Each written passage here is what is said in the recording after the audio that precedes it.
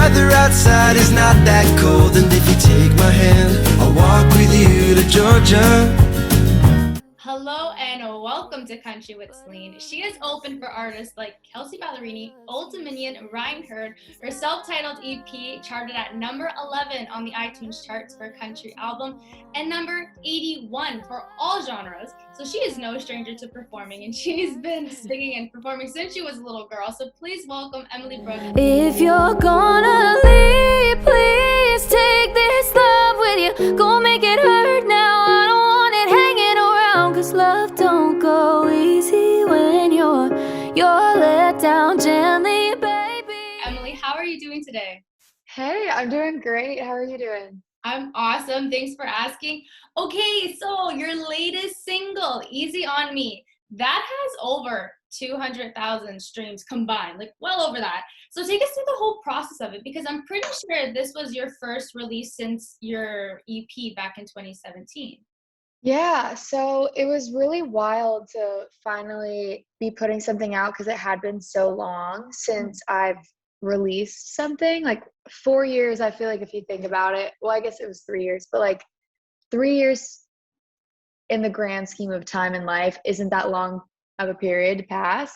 But in the music world, it is. Like, it's very, very long. And so it was just kind of like after the show, I had written a lot, released that EP, and then was just kind of writing like, okay, what do I want to put out next? What like just feels like super authentic to me, like as an artist and a songwriter.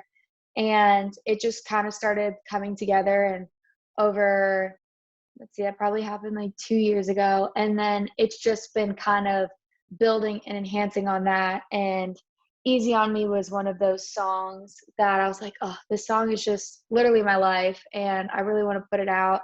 But I wanted to, see what everyone thought of it first. So I posted it on TikTok, and that blew up with like over 500,000 views. And then when I released it, within the first like 2 weeks, I want to say, it had like over 100,000 streams, and that was just like all organic, no like editorial playlists or anything, which was insane. And now it's like over, like combined, it's over 500,000 streams right now. We hit like over 300,000 just on Spotify, so it's crazy. It's been insane to watch it grow. That is insane. I can't imagine being an artist and getting to experience that. That must be such a surreal feeling. Oh yeah, it's insane, especially like because you're, as an artist and a songwriter, you're writing from such a vulnerable place and kind of opening yourself up to like the scrutiny of like, okay, did I handle this like most people are handling like a situation that'd be like this? But it's really cool to just kind of see the reaction and the engagement from it, where everyone's just like, oh my gosh, like I thought I was the only one, or like I feel this way too, or I need this song, all the things. And it was really amazing to see. Like, I cried so many times just like watching it happen, because it's so true. Like when someone can connect with you, which I think a lot of the people that love, Easy on Me, they feel connected to me in a different way. And just knowing that there's also other people that feel the way that I do, I connect with them in another way as well. And TikTok, like you were saying, if you're an artist that doesn't utilize TikTok, you're crazy, because TikTok is the best platform to tease songs. You finally get a feel as to if your audience is going to like it or hate it or what's going to go on. But Easy on Me, yeah, that took off, and it's going to keep on climbing. And another single of yours, let's talk about Whiskey Side of Me. So that one's coming out May 28th. So excited. Yeah, I was gonna ask, how excited are you? Oh my gosh, I'm so pumped, because that was another one that was on TikTok that was just like, when is Whiskey Side of Me coming out? And we were planning on releasing it May 8th, but then when I'd gotten the mix back, I was like, there's just something missing. Like, we need to go back, we need to fix it to get it like perfect, because I haven't put out music in like 3 years since Easy on Me. And so that was kind of a thing. It's like, I wanted to make sure like I'm not just putting something out because like it blew up and I need to push it out and I'll just whatever about the quality of it. Because I just really wanted to focus and make sure it sounded how I wanted to sound as like me as an artist. So that was really important for me. So now it's May 28th. It's coming out and oh my God, next Friday. It's crazy. And I'm just really pumped. The idea actually came from my mom. She was saying, I was like on the phone with her or something, and she was like, you should like write a song. Like, do you have any, like, what song ideas are you like thinking about? Because she's super involved and always wants to know. And I was like, oh, blah, blah, blah, blah, blah. And she's like, you should, I was thinking you should write like a song about like white wine because you love white wine and whiskey something. Like, I don't know. I just feel like there's something there. And so I went into a write with Lauren McLam and Blaine Mitchell, and we just like started like bouncing around ideas of like conceptually what the song would kind of be. And at first it started off as like a full bodied like empowerment, women like go for it, or men too, like everybody, just empowerment song, and just kind of like hyping yourself up. But I feel really awkward like almost like bragging about myself in a sense, like I'm great and I'm hot and like you should have me kind of things. Like I feel like that's so awkward for me and I get really uncomfortable. So, and that's kind of like where the original thought was. And I was like, maybe we should like make this about like you're getting out of a relationship or you're starting to kind of like figure things out with this guy where they're being shady or they're messing with your head and kind of playing games. And that's super like, it's more relatable to me in that sense because I'm definitely like the type of person where, I mean, like it says in the song, like I might seem like I'm white wine, like I'm so sweet all the time, but yeah, I do have a side that don't take shit. So me. So it was really fun writing that song because it feels super authentic to just like me as a person. And also it's really cool just seeing like everybody relate to it and being like, yeah, I'm a whiskey side of me girl or guy or everything too. Like it's been really cool. Yeah, I might seem like I'm white wine, like I'm so sweet all of the time. Got the kind of kiss that keeps you coming right back, just like Moscato right from the bottle. Got a side that don't. That just reminded me of the song Boss Ass Bitch. Oh, excuse my language. But yeah, that's what I feel like this song is gonna go for. I'm in for that. Oh my gosh, very excited to hear that whole song once it comes out. So speaking of that song, okay, so there's Easy on Me, and now you have Whiskey Side of Me. What else can we expect from Emily and Brooke this year? Definitely the next one that will be coming after Whiskey Side of Me will be Secret, and I wrote that one myself. Yes. I know that one. Actually, that was such like a moment for me too, and like just super validating as a songwriter because I wrote that song myself when I lived in Florida, and a lot of the times, well, I co-write all of the time, and so that was one that I like taking the time, like, no, like I'm writing this idea by myself. And the fact that one now, like on TikTok, is my most viewed, my most liked, like singing song that I've like teased was just insane. I was really blown away by that. So I'm really excited for everyone to hear that too. So that'll be a part of the summer jams, and I'll be teasing a new one soon, but I know I have to like get these ones out before I tease any others because it's like, where's this one? And then where's this one? Mm-hmm. Which is an amazing problem to have. So I'm very, very blessed. Well, from not releasing any songs for a couple of years to 2021 and all these new songs are coming out, it's so exciting. Thank you. I was listening to a bit of it. Of course you're pumped. I think we're all pumped. Okay, Emily, let's just get to know you a little bit more. Where did you grow up? Did you grow up in like Florida? Because you were saying I did. Okay. I did. So I grew up in Wellington, Florida, which is about like 15 minutes from like West Palm Beach, like the island and everything like that, Mar-a-Lago, whatever. And it was really cool. I really, looking back, like I really love like where I grew up, and because I know for the longest time, like living there when you want to be somewhere else so bad, it's like this place sucks. And it doesn't. You just want to, like, I wanted to be in Nashville so bad because my whole like being is music, and I'm so passionate about it. So ever since I was like 9 years old, 10 years old, I wanted to move here. And so whenever I lived in Florida, I was like, oh, I don't want to be here. So, but once you move away, you definitely have like a different kind of appreciation for your hometown and like how it made you. But it was great growing up there. But I live here in Nashville now, so it's really awesome. How long have you been living in Nashville for? About a year and a half almost. I moved here at the end of 2019. Oh, so is it just you by yourself? Yeah, I have a roommate. So she also does music, and she's super talented. And so it's been really cool. Obviously, with COVID and everything, it was a lot to adjust to. But I think we all kind of got the hang of it as much as one can with migrating everything, like music-wise, over, Zoom and FaceTime and all the different things. So it's still it's weird. It's just weird. But back to normal, I think, in Nashville. It's all getting back. Yeah. A lot of things are starting to open back up. I do still have some Zoom rights, whether, people are out of town or just not comfortable yet. So I'll actually be going to Florida on Monday for like 3 weeks for some shows and just like visiting, kind of hanging out, and I'll be having some Zoom rights. So that's definitely been a perk because I can travel and not miss any work. So it's been good. Yeah, and you can enjoy the sunshine down in the Sunshine State. So excited. And now, Emily, what made you like decide that you wanted a music career?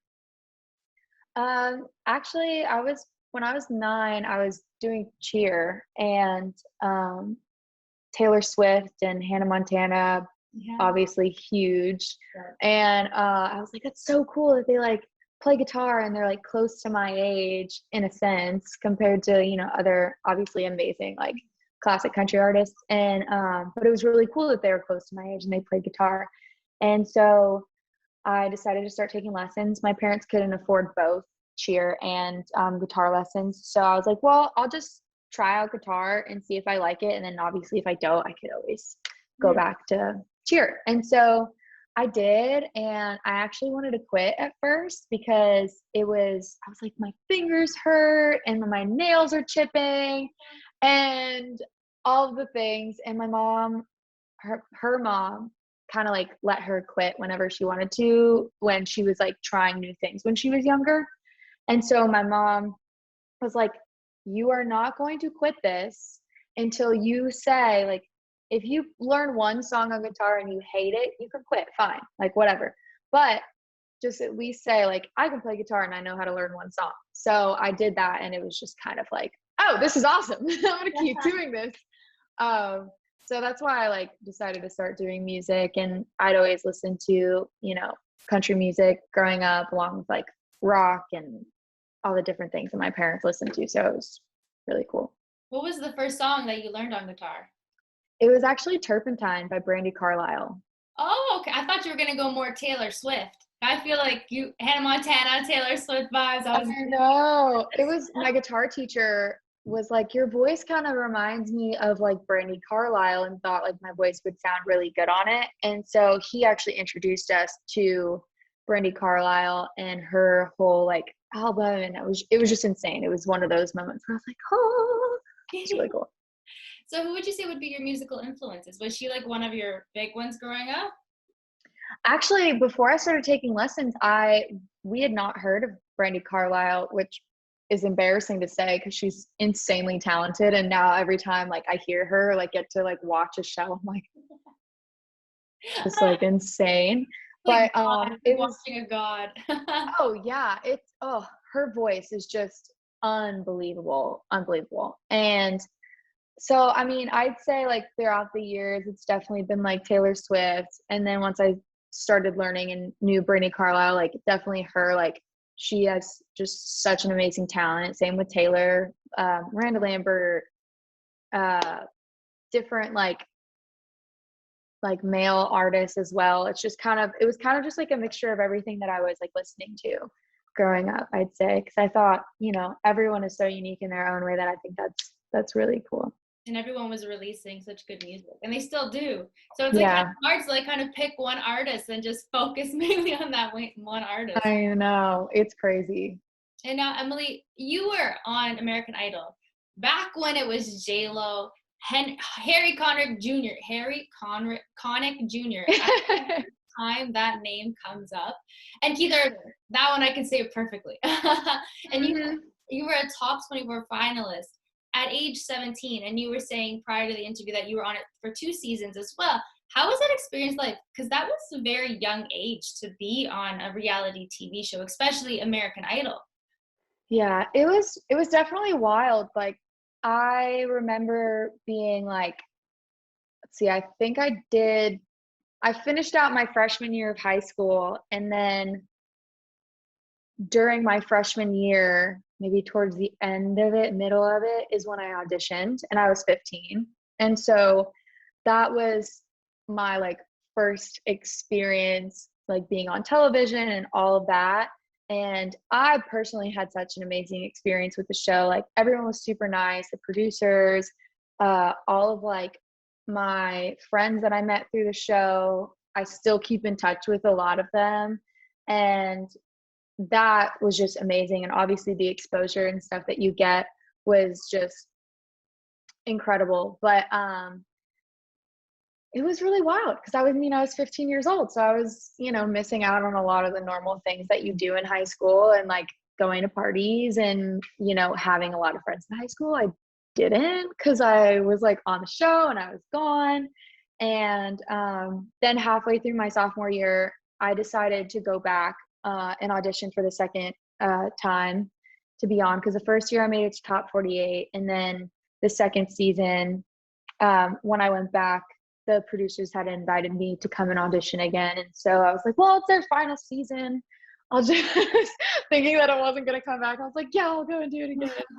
But it definitely helped me a lot. Like, I grew a lot as a performer, definitely, from being on the show and just kind of getting more confident in that sense of being on stage and being able to work a stage like without my guitar, because that was definitely my like safety blanket for a long time, because I would always self-accompany myself. So yeah, Well, it was a great experience. Yeah, I'm sure. And you would meet a lot of people, and it really is just really, really, really good exposure. Because I mean, after that, your career just like took off.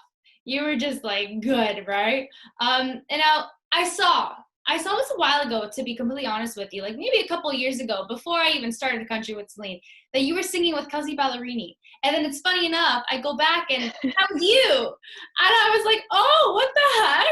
You guys look like twins. I'm going to put the video up here so you can see. You guys look like twins. Yeah. How did that happen? Oh, that was my question. How did it happen? Were you like one night and she just so happened to be there?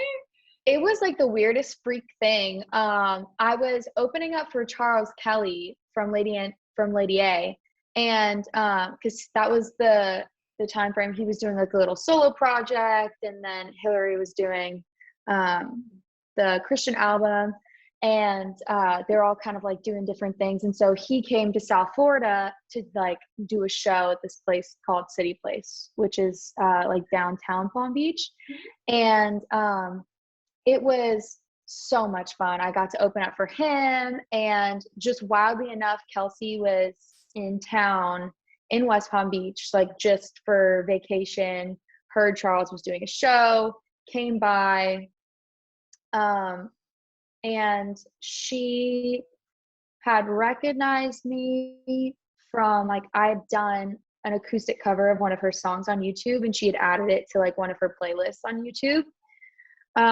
And so that's how we met initially. And then, I want to say she heard my set. I can't remember if it was that time, but then afterwards we were all like in the green room and just like chatting. And I was like, yeah, like I cover your song. Let me like, you mean it. Like, you're super awesome. Like, love what you do. And she's like, do you want to sing it? And I was like, I mean, yeah, sure. Like, thinking we're just going in the green room, and she's like, all right, let's go. And like, we walked back out where the stage was, and there was like no one there anymore because the show was over. And it was just crazy. So then that happened and my mom videoed it and there was like nobody there. And it was really cool. And then like, I think it was like probably 6 months later, she was coming to the same venue to do a show and I got to open up for her. And she's just so sweet. So sweet.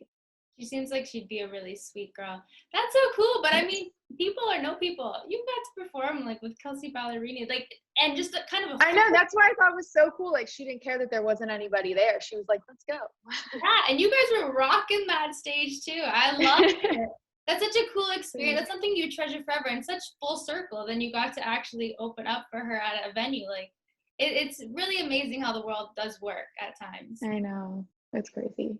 I know, Emily. Okay, before I let you go, we're gonna play a little game I like to call Country with Celine Rapid Fire. So I'm gonna shoot you out a couple questions, and then answer them, and then we'll take it from there. Okay. So the first one is: would you prefer cold coffee or hot coffee? I don't drink coffee. Oh, okay. I do the Starbucks teas. Oh my gosh. Okay, that's fair. That's fair. What would you say would be your dream vacation spot?